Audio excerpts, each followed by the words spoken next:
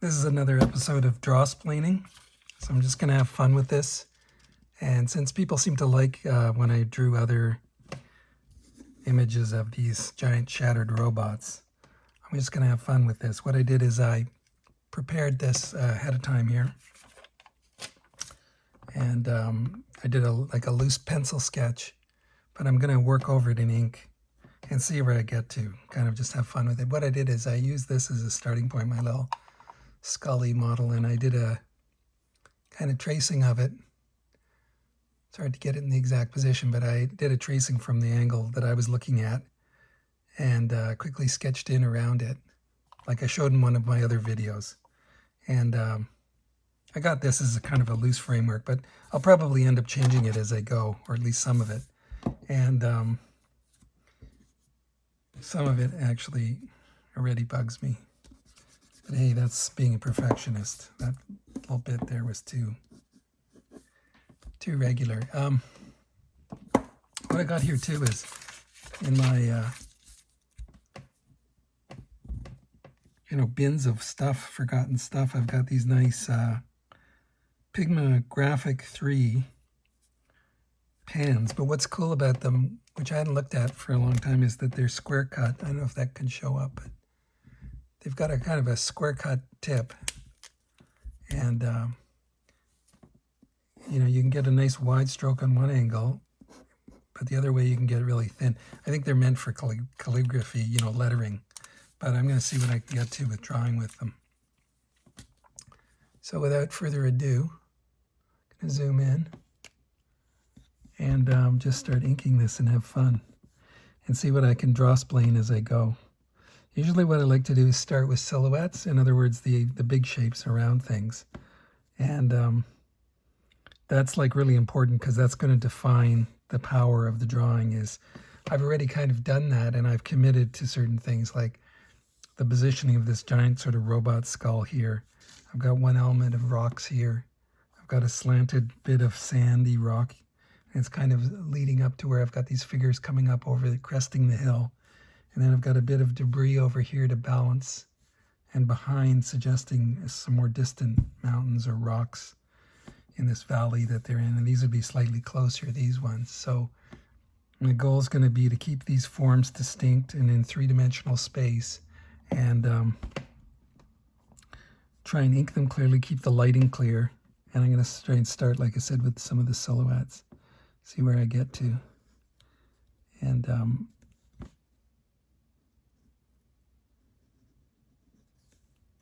everything I put down, it's going to sort of define the rest of it. So this pen's been used before, so it's kind of softened out. So I got to be careful not to get too dark with it. And what I'm doing is leaving a little bit of air here and there. So I said I'd go around, try and keep the life in this. And I'm already thinking I need a few more robotic elements in the outline, so I'm drawing inside a little bit here.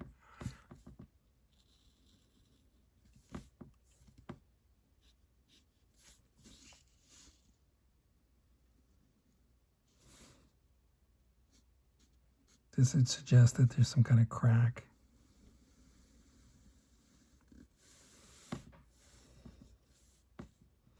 Now I'm cheating already, so I'm going to go inside a little here because I want to remind myself to keep this. But again, I'm trying to stick to the major forms.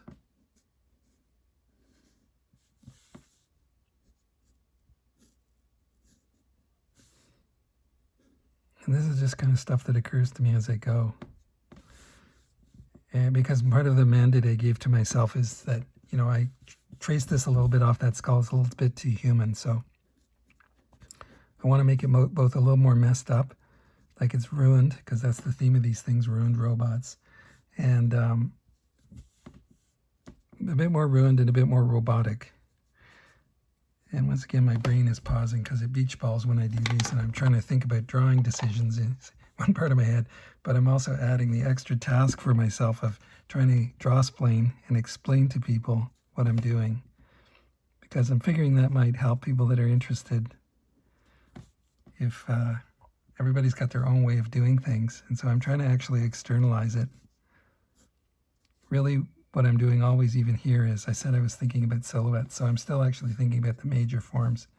Maybe not quite so much about the silhouettes, but you could say the outlines of these major forms. And this is like the hinge on a human. There is the hinged jawbone there, but I'm making it more robotic, like I said. And I get a bit more exotic with these forms, just to define it a little better. Also checking to see if it's going to smudge on me, because that's been the problem with this paper I've been using. But so far it looks like it's cooperating with these pens. Gonna add some texture here to give it some interest, like his chin's been smashed up. Maybe it hit something. And you know, you can kind of ride along the edge of these things and roll it a bit as you're inking, and it gives it kind of, see how you can get that texture? Because some parts is very thin, and then you roll over onto the more broader part of it, and it kind of gives you a heavier texture. Like I said, here I'm thinking about these three-dimensional forms. Mostly, again, concentrating on silhouettes. See, I'm overlapping this here because you've got the thickness. I'm trying to account for the thickness of this chin. I haven't decided how this bone goes, but probably, well, it's actually not bone, it's robot material. But when I'm drawing these, I'm always thinking about them as if they're always got a front, side, and top. You know, they're three-dimensional. Try not to cheat. I'm also trying to think a little bit about function, just to at least suggest connectors and like mechanics, like as if they actually worked a little bit. Because I'm somewhere in the middle between the Jack Kirby School of Design and the Ron Cobb School of Design. Ron Cobb was a designer who worked on a lot of movies like Alien. He was also a political cartoonist, but he was very meticulous and exact in figuring out the mechanics of things to make them almost like real engineering drawings. Jack Kirby was very great, of course, in inventing mechanical stuff, but it's almost, my theory about it was always like it's more emotional. He gave you like the kind of drawing that a kid would, it's like as if a kid's mind was translated into a drawing. In other words, you see this amazing mechanical thing, but you don't really know how it works, so it just wows you. And when you look at some of those, like in the Fantastic Four, the great gizmos that Jack Kirby did, and in other places, in parts of the New Gods and different comics he did, they're really just incredible, but you don't necessarily get the immediate idea of exactly what they do, which is the point. It would be like Mr. Fantastic's made this gizmo, and it just wows you with its complexity. So again, that's how maybe a little kid would regard some machine that they didn't understand. I'm already putting in a little bit of lighting here because I'm having the lighting come from the upper right. As you can see, what I've already penciled in, and I'm going to try and stick to that. So that means like this side of these forms would be kind of in shadow. And I'm trying to suggest some kind of mechanics here, like there'd be an actuator and some kind of shoulder muscle, the remains of it. I feel like I need more sort of cables here or something. The remains of cables. Some of this might get blanked out when I add more lighting and inking, but I'm going to put some of it in here. And I'm making a mental note to myself to draw faster, Paul, because the video will be like 2 hours. And I don't want a 2-hour video because I'm recording these on my phone, of all things. So works good on iPhone, but just don't want a massive file, you know, like gets too big. So let's keep going here. Let's chunk in some more of this. And then sometimes I stop and I glance back at the whole thing, you know, I zoom back here. Let's zoom back. I kind of look at the whole thing, and I maybe remind myself, probably one of my rules is I should start working on the other parts, which I think I will in a minute. I'm doing sort of a confidence booster here that I've got enough of this blocked in that I feel like it's working enough. And then I'll go on to the other parts when I feel like I've got enough of that going. And what's this going to be? I don't know. The remains of something. As ever with these things, my goal is to get it working and sort of dance along and try not to corner myself. Like if something starts bogging down, usually what I've learned to do is just like to move along and leave it for a bit and go somewhere else. And then I'll come back to things like this. Maybe allow myself to do a little bit of scratchy inking here to start cornering in this corner. What you can do is sometimes get a bit loose, as long as you don't go too crazy. But I've got my overall plan here, and I'll probably change some of this, but I've got my basic structure, so within that I can have a little bit of fun at times. This would be some other kind of unit on this robo guy's head. Let's make it like it's lost its...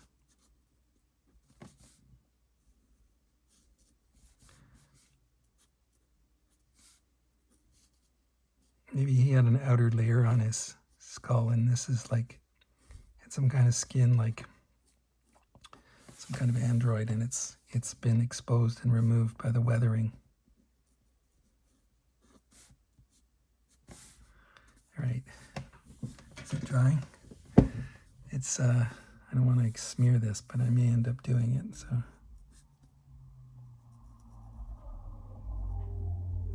Again, I'm sticking to the big forms, the eye sockets here.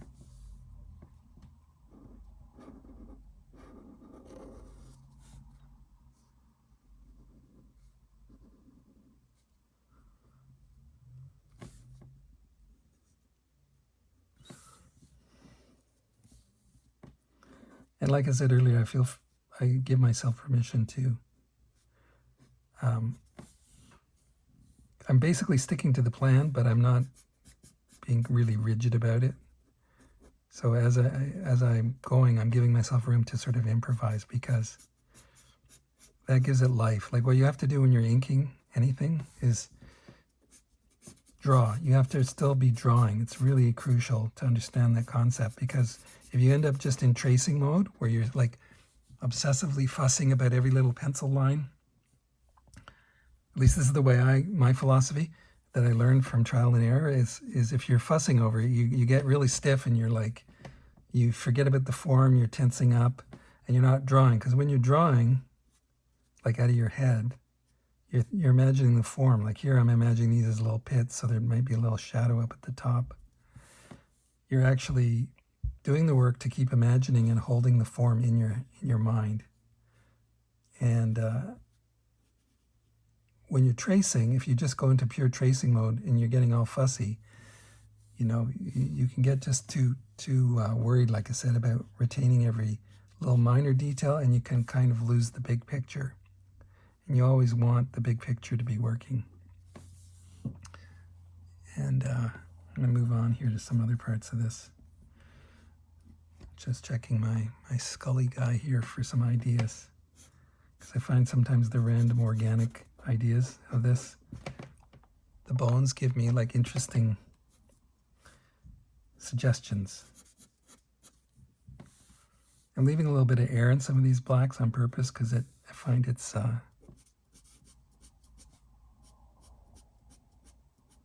gives me some life to it. I can hold the pen up vertical because it's going a little thick on me, so if I get the angle right, I can get some thinner rendering lines, hatching lines, I guess you call them.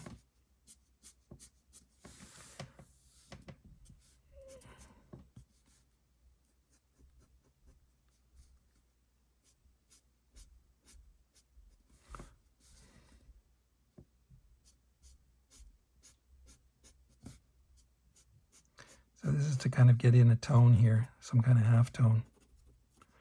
And I'm doing a little shadow edge along there, like there's a core shadow on that part.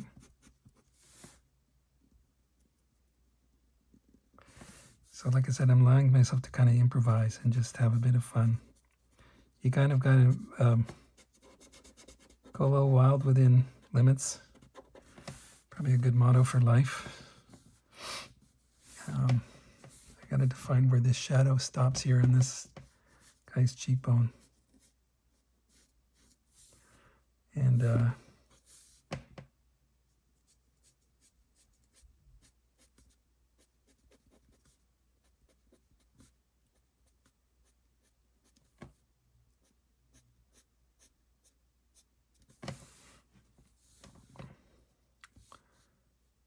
trying to think of what I'm doing here. Let's put a shadow there. Let's get some these darks in here. And then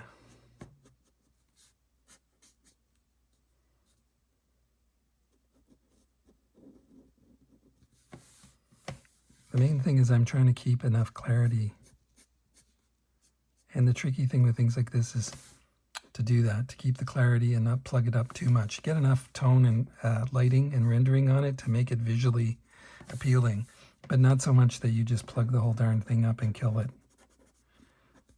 Because you want to keep some oomph, oomph, life to it, whatever you call it, like fun. It needs visual fun. So, okay, I got enough there. I'm going to move on. Like I said, that was part of me going in and having fun, loosening up. And I'm going to try and work over more parts of this now. Now this would be like his neck, which I think I'm going to do like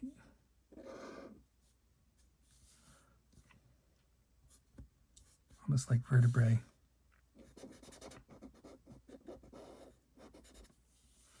And then he's got these actuators here, so let's put another one over here actually. Kind of draw the same form. But let's have it broken like it's one of these guys, but it's kind of... So I'm looking over just to make sure it's kind of somewhat similar to this. Just to put enough structure that it feels like it's convincing enough.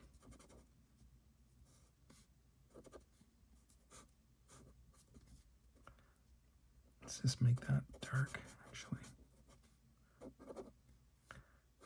And then we'll make it like this other, this guy, we got this other shoulder piece here.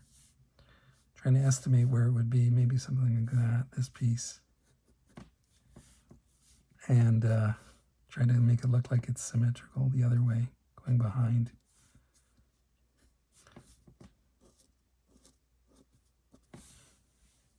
That's a little bit confused there, so I'm going to probably have to work on keeping that clear. Here I'm thinking about it's hitting the sand. I wanted bits of, in the silhouette, bits of this like congealed crap, whatever it is, robot oil. Kind of like falling off this poor guy, creature thing, whatever it is. So I'm kind of now working on the forms and the lighting and the rendering a little bit at the same time. And okay, I got that guy. Now I'm going to have to start getting into the background a bit, so what I'm going to think about is the silhouette edge of this sand. Give it more three-dimensionality than I had in my drawing. Like this would be the line where the sand is hitting this actuator. And if we have light here, we'd probably need some shadow on this.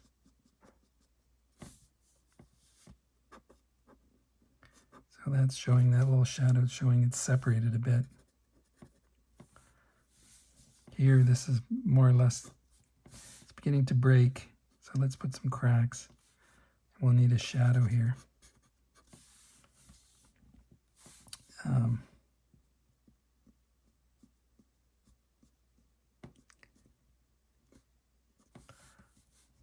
Now, I'm jumping around here, so going to try and stop myself from jumping too much. So I got this edge a little bit out because on this perspective it gives it a bit of depth. Got some kind of rock here maybe. Let's put one up here.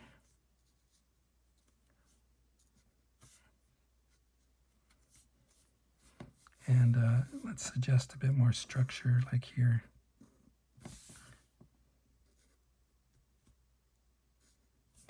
Like there's like some kind of lattice or something holding this guy together. That's, you're seeing a little bit of left. And okay, I've got the neck. It's always about the major forms. You want the clarity and the lighting. So the guy, because I've got the lighting coming here, you could have a shadow here of his, which is adds some interest. It's kind of like you can sort of see on this of the jawbone, and it's close there but not touching. So there's the shadow's not right up against this jaw. And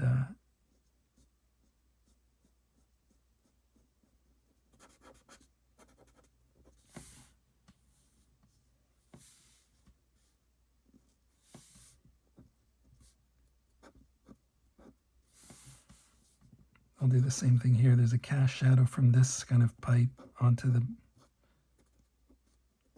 whatever's behind it. And then again, we'd have the same thing here. This would be casting its own shadow onto its, the cheekbone would be casting its own shadow.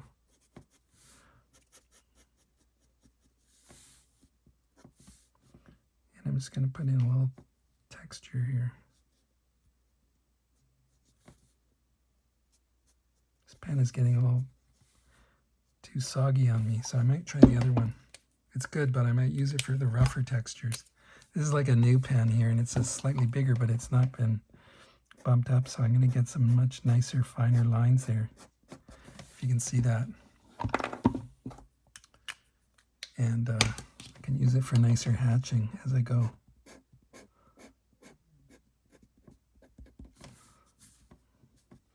Try and go a little quicker here.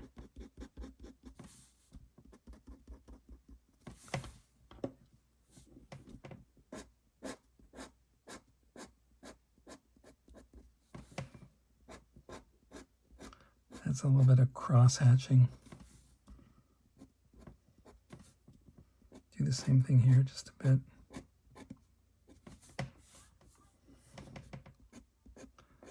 Sometimes, like I said, pause to assess. This pen's sort of cooperating, but it's not releasing ink too well when it's on the finer bits. So here I'm lightening away quickly because I don't want to kill my highlight areas. But I want to turn this form a little bit more, so I'm putting these lighter tones here. And I think this feels like it also needs to be turning over into shadow more. I'm joining up with that.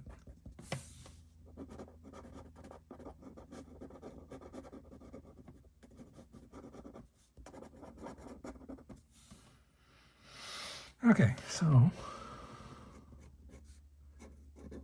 I went quite a ways on working on this guy. I should probably get into some of the other areas. So I'm going to kind of sketch some of these lines in.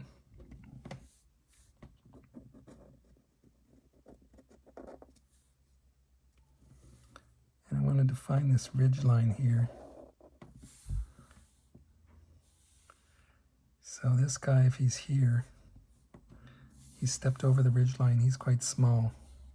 It makes this big. And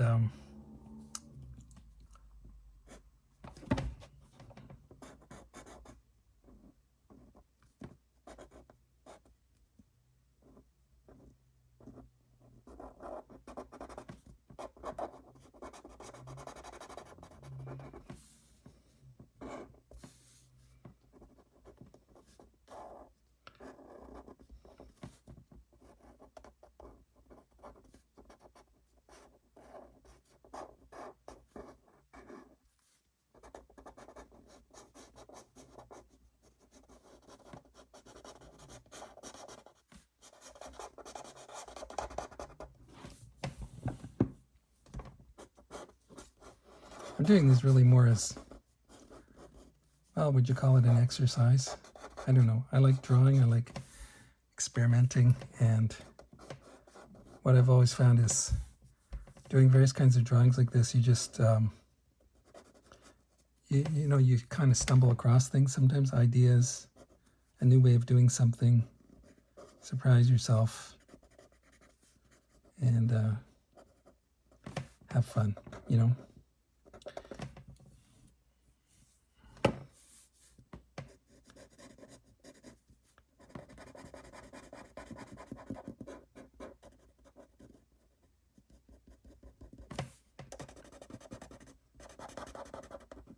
Sort of bashing this in a scribbly kind of way.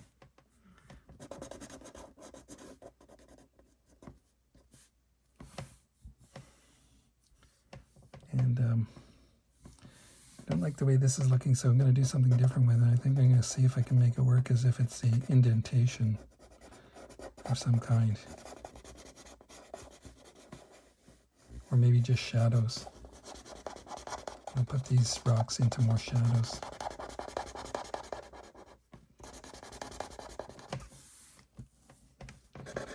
Get the loud squeaky marker going. We'll leave that for a minute, work on it more.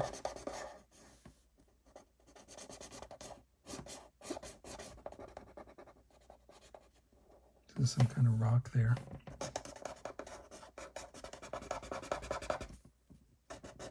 This pen is not cooperating as much as I want. You know, sometimes you get these pens with their own personalities. It's probably a little old. Probably left it in the bin for too many decades. I'm just joking, but it's a little dry, so it's not quite releasing the ink the way I want it to, but rather than stop and get another one, I'm going to just keep going. Maybe I'll go back to this guy. Give this guy a rest. Yeah, this one's releasing ink nicely, but it's kind of soggier. Like the tip has been used enough that they start relaxing. And I'm pausing as I work out my blacks here. I want these shapes to kind of lead the eye to this main guy. I want a different pen here to draw main guy.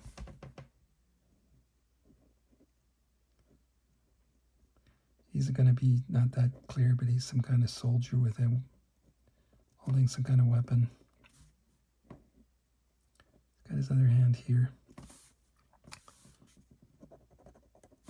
And I'm going to just indicate him roughly.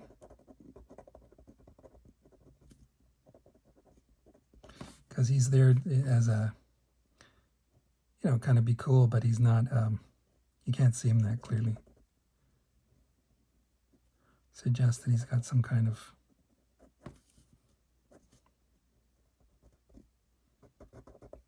coat on. Maybe some kind of bag. Here the rifle has a strap.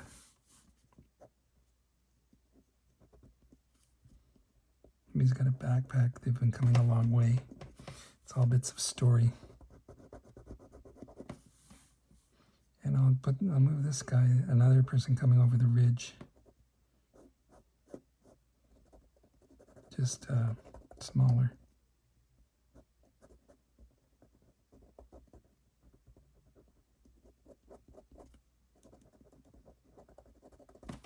So maybe there's a team of them. Okay, that's enough for that for now, I think. Let's go back to bashing in with this pen.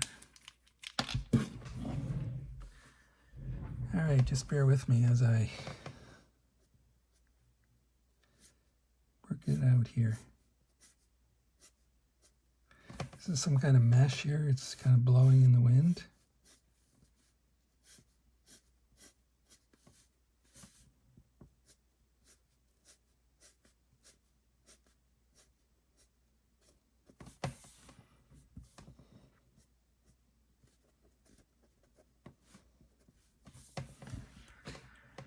And it's meant to be sort of a pointer, sort of to guide your eye, like kind of over towards our explorer heroes.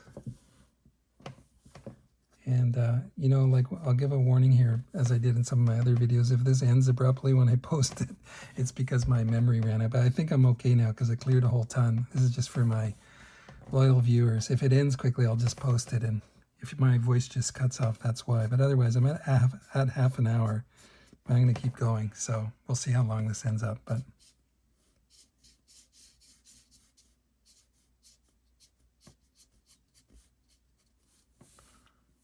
I'm trying to, you know, kind of suggest the landscape forms here. And I'm trying to feel like it's flowing nicely, where your eye is just following along.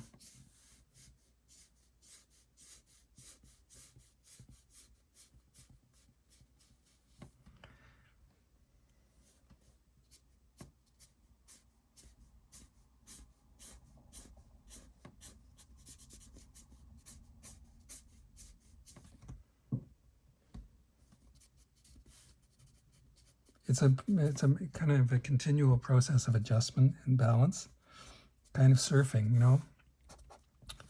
You're trying to balance the different elements, the design elements, and you're with the goal of leading. In this case, I'm trying to lead towards this focal point of these characters, and then there's, of course, a secondary one of this giant robot. And I'm trying to balance the design, keep the depth. All these, you're sort of competing with all these different. Not competing, you're juggling all these different competing factors. If this robot android thing had teeth, they're kind of broken. That's what I'm showing here.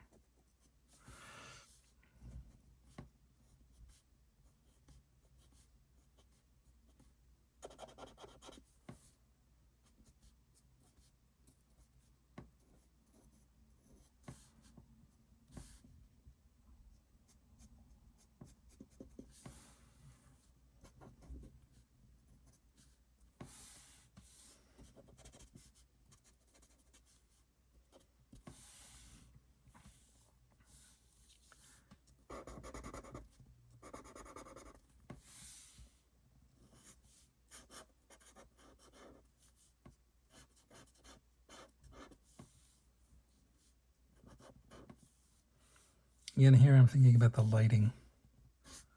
Also thinking about moving much more quickly because, like I said a while back, I don't want to make this super long, but for those still with me, I'll keep trying to talk about my decisions. Again, here I'm back to the lighting.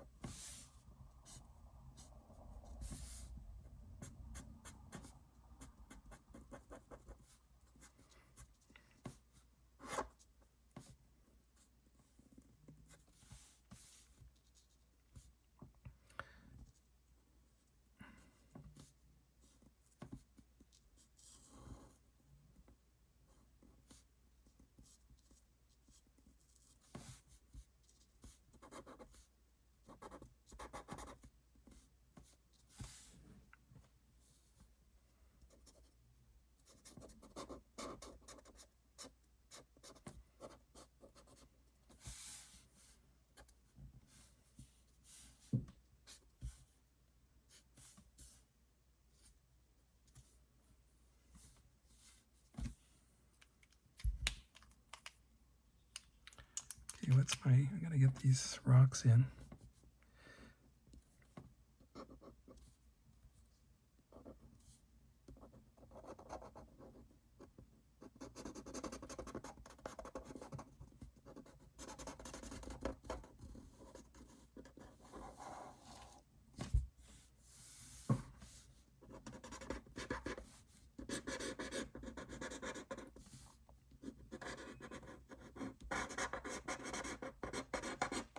Some of this you can sort of do by feel.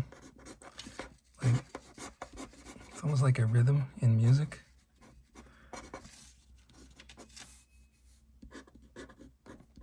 Some lighter notes. Gonna zigzag back here, down here. Taper off.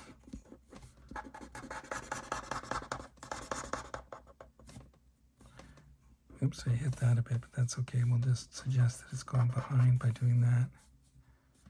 And be a bit careful there.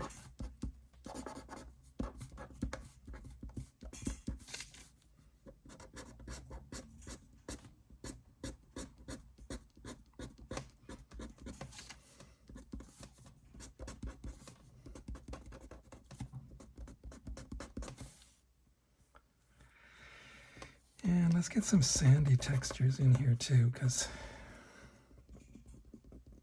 I'm spacing them more tightly as I move away from the foreground to the background, right? And again, I'm trying to go back here and balance.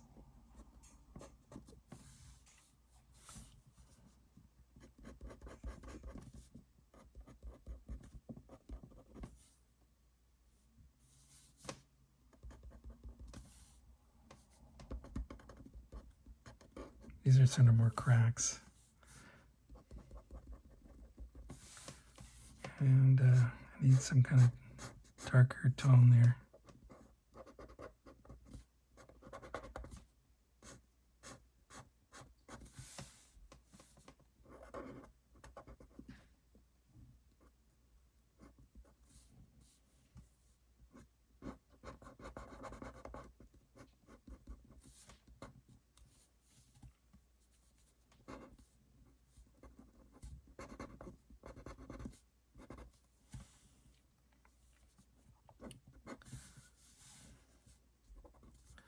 I feel like I got a problem here, so I'm going to put some more darks in here, kind of to bring the robot out, the silhouette of him out, as if there's a tone here behind that's falling into shadow. Could even be the shadow of his head, although depends on how far away this rock is where the shadow of the head would fall, but it could actually be suggesting that.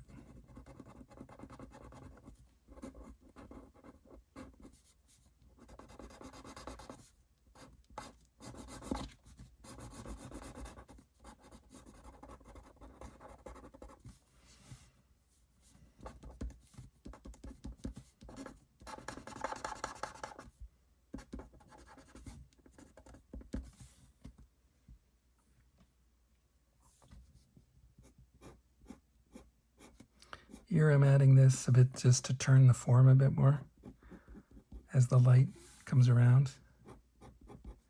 Felt like it needed it more. And now I'm sort of moving towards the end of this. I'm trying to balance the different textures and lighting, and I'm going to move over there and do that other rock, which I probably should have dealt with earlier, but hey, nobody's perfect, right?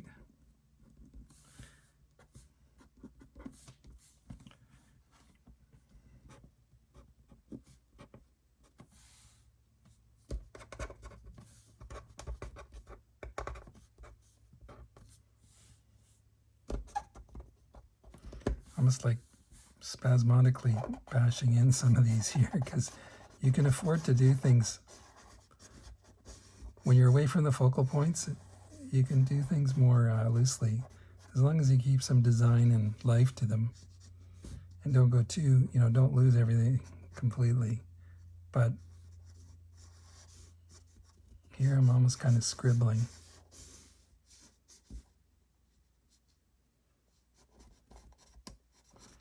And I'm keeping aware of these shadow shapes as designs, these rocks.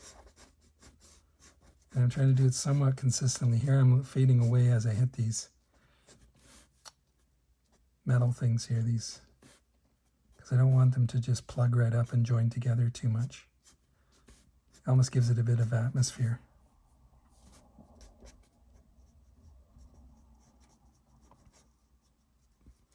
And I'm letting my pen kind of bounce off the paper a bit, so it's not always contacting. And actually, this is my pen that was being stubborn. Now it's, yeah, it is. It's the one, Mr. Stubborn. It's releasing its ink more because I guess I've bashed the tip of it. The marker fiber is, it's funny, they have these lives of their own. marker fiber is loosened up enough that it's actually cooperating finally. So I've worked myself into having this kind of texture with sort of more dots on these rocks in the back. I'm just doing enough to bring your eye over here to this group of people. I think I'm just going to keep the background winds. I've got these winds sketched in. I'll try and see how I'm going to do that. I could do it like last time I did a dark sky, but I think I'll just do more like shading. So I'm using my whole arm here, not my fingers or wrist. I've got my arm locked at the elbow. It's almost like you can just swing your arm over like a compass.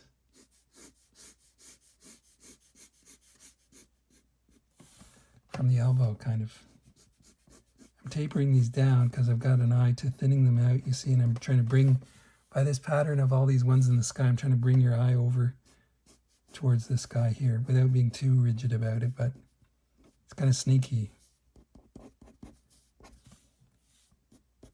I did this darker one, which is a little too dark, so I'm going to balance that out by putting more clods, like there's clods of dirt blowing in the wind. Maybe it's just a severe dust storm.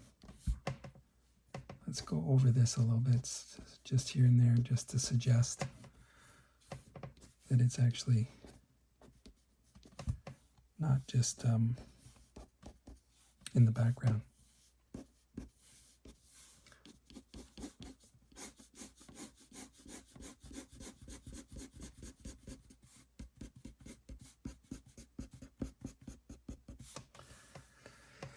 All right, we're close to being done. Each one of these is a bit of a surprise. I never know exactly what I'm going to end up with. And you know, when you're working commercially, you sort of have to have some control because you can't just go, oh, I'm going to completely wing it. Well, some rare people can, like Kim Yoongi, could just draw a comic straight. You know, if you don't want to do that, though, you want to be somewhere on the spectrum in between where you plan it somewhat, but you leave yourself enough room to, as I said earlier when I was talking about inking, you know, give some spontaneity and life to it. And otherwise you kind of get a deadness, which to me I don't like. Like, I don't want a perfectly mechanical inking, which is what I always loved about Mobius and similar artists. There's lots of them that have a real life to what they do. There's a French artist called Ralph Meyer, M-E-Y-E-R, I was looking at today. I saw some of his art posted on, I think, Instagram. Really nice. He does a Western comic called The Undertaker. And he's got a very sort of Mobius, Jean Giraud Mobius influenced style without really being an exact, you know, attempt to be 100% like him. But it's kind of in that school of hatching. And very nice work. So anyone who wants to look that up, I think you can find him on Instagram. Ralph, like I said, Meyer, M-E-Y-E-R. I'm trying to just add a bit more hatching back here to put this into a bit more darkness. And so the form stands out against the sky a little better. There. It's always sort of a balancing act.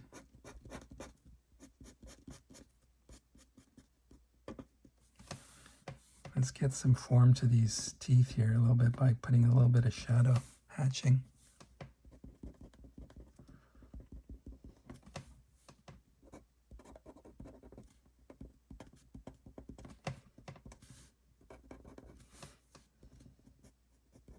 So this is more like the tuning phase of the whole thing. Now that I've got the basic thing in, you're kind of looking at, what I do is I try to step back now and sort of balance and tune it a bit without going past the line of no return. The line of no return, I mean, sometimes you go too far. I've had that happen. I hope I don't do that here, where you kind of just keep fiddling with it and trying to add stuff, and then you sort of kill it, or at least you dampen the life that it had. There's a sort of a sweet spot where you've done enough that it's got life, but you